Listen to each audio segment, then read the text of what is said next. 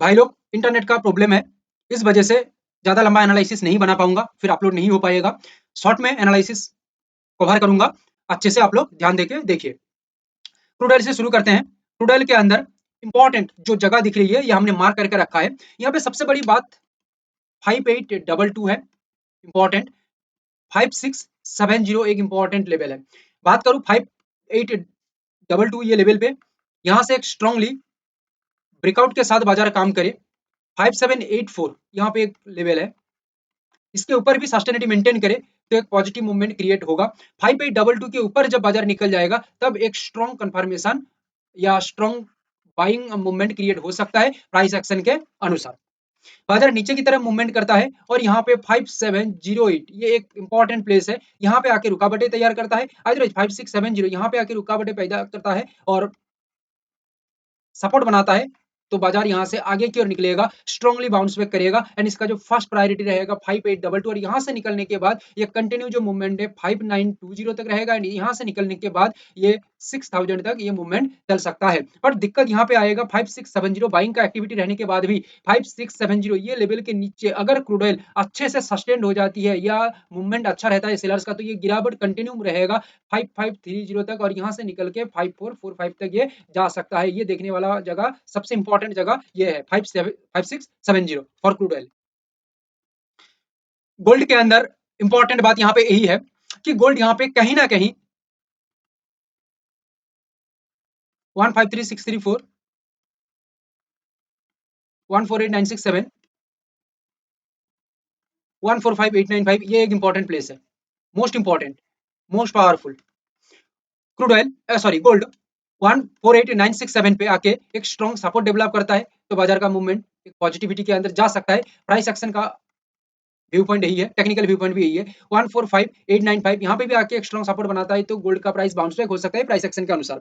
153634 यहाँ पे एक बार स्ट्रॉन्ग ब्रेकआउट करता है और ये ब्रेकआउट टिक जाती है यानी कि सस्टेन्ड हो जाती है तो यहाँ पे एक अच्छा खासा मूवमेंट आगे की ओर देखा जा सकता है। मगर 145895 इसके नीचे एक बार सेलिंग मूवमेंट क्रिएट होता है या सेलर्स एक्टिविटी दिखने को मिलता है तो कंटिन्यू ये मूवमेंट गिर के 136520 तक निकल सकता है और 134760 तक निकल सकता है एंड कंटिन्यू ये निकल के 129450 तक निकल सकता है। ठीक है, देखो अपसाइड का मूवमेंट में गोल्ड में एक दिक्कत आएगा जो है 1,55,000। समझो बिहेवियर को समझो, 1,53,634 जो लेवल आप लोगों को बताया इसके ऊपर बाजार मूवमेंट किया। ठीक है, अभी 1,55,000 किसी भी तरह से बाजार नहीं ब्रेक कर पा रही है, अंदर ही रह रही है और ये किसी भी तरह से ऊपर ना जाके नीचे की तरफ भी इसका जो मूवमेंट है ये ज्यादा क्रिएट कर रही है तो यहाँ पे खतरे का घंटी हो सकता है गोल्ड के लिए और ये डाउन के ऊपर भी मूवमेंट रख सकता है और ये डाउन के ऊपर मूवमेंट रखेगा तो ये एक बड़ा मूवमेंट रहेगा 1,45,000 के आसपास, ये 1,46,000 समझ लो रह सकता है एंड कंटिन्यू नीचे गिर के 1,36,521 तक जा सकता है। बट यहाँ पे सब कुछ बिहेवियर को देख के ही समझ में आ सकता है कि एक्चुअली गोल्ड यहाँ पे क्या कर यानी कि क्या करने की कोशिश कर रहा है। अच्छा, सिल्वर के अंदर जो व्यू पॉइंट फिलहाल दिख रही है ये 235,978 एंड 227 2,27,000 दो इंपॉर्टेंट प्लेस। अगर 235,978 यहाँ से रिस्पेक्टेड रेजिस्टेंस क्रिएट होता है एंड 227,000 पे 227,000 में एक रिस्पेक्टेड ब्रेकडाउन तैयार होता है एंड ये प्राइस टिक जाती है नीचे की ओर सस्टेनेबिलिटी मेंटेन करता है तो ये कंटिन्यू मूवमेंट 2,03,000 तक रह सकता है, 2,03,000 तक रह सकता है। 2,03,000 से निकल के 1,78,200 तक निकल जाएगा और यहाँ पे एक बार सही से टिक जाती है तो कंटिन्यू 1,50,100 तक ये निकल सकता है। क्योंकि देखो कंटिन्यू गिरावट के बाद एक रिकवरी की कोशिश किया था सिल्वर यहाँ पे बट ये रिकवरी ना टिक के कंटिन्यू 8 से 9% के आसपास और एक बार कंटिन्यू मूवमेंट डाउन के ऊपर कर दिया और प्रीवियस 3-4 एनालिसिस पीछे का देखो आप लोगों को बताया था कि बाजार यहाँ पे नहीं टिक पाती है, ये मेजर जगह 2,91,000 पे। ठीक है, तो यहाँ पे कंटिन्यू बाजार नीचे की तरफ गिर जाएगा और वही सेम मोड़ पे आके पहुंच जाएगा और देख लो वही सेम जगह में आके पहुंच गया। अभी आप लोग बोलोगे कि 2,91,000 आपको कैसे पता लगा? अरे भाई सब कुछ बताया नहीं जा सकता। ठीक है, यहाँ पे हमें समझ में आ गया था पहले से और इस वजह से देखो मार्केट यहीं से घूम फिर के नीचे की तरफ और एक बार आ गया 8 से 10% नीचे की तरफ। ठीक है, मेन बात यहाँ पे ही नहीं है, मेन बात यहाँ पे ही है 2,35,978 और जो लेवल बताया 2,27,000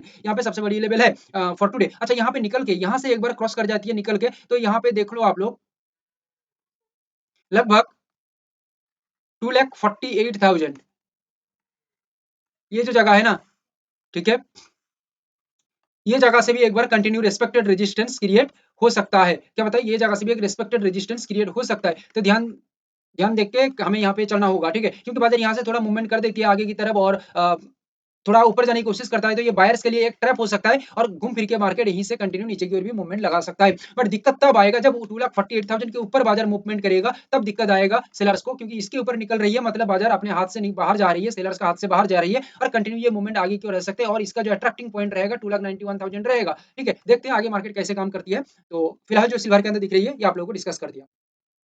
नेचुरल गैस के अंदर 326.30 और 308.50 दो जगह है। रेस्पेक्टेड रेजिस्टेंस क्रिएट होता है और रेस्पेक्टेड ब्रेकडाउन क्रिएट होता है, तो कंटिन्यू इसका जो मूवमेंट है डाउन की ओर आ सकता है और कहीं ना कहीं 2 लाख सॉरी बोल रहा हूँ 296 तक ये निकल सकता है एंड सेकंड 286 तक फिलहाल के लिए दिख रही है। बट दिक्कत तब आएगा जब 326 के ऊपर बाजार टिकने की कोशिश करेगा, बट ये टिकते टिकते हो सकता है ये आगे जाते जाते 336 तक निकल जाए। बट मूवमेंट यहाँ पे कहीं ना कहीं लग रही है कि डाउन के ऊपर ज्यादा प्रेफर कर रही है और डाउन के ऊपर मूवमेंट मार्केट करेगा तो अच्छा रिजल्ट यहाँ पे क्रिएट हो सकता है नेचुरल गैस के अंदर। देखते हैं आगे मार्केट क्या करता है।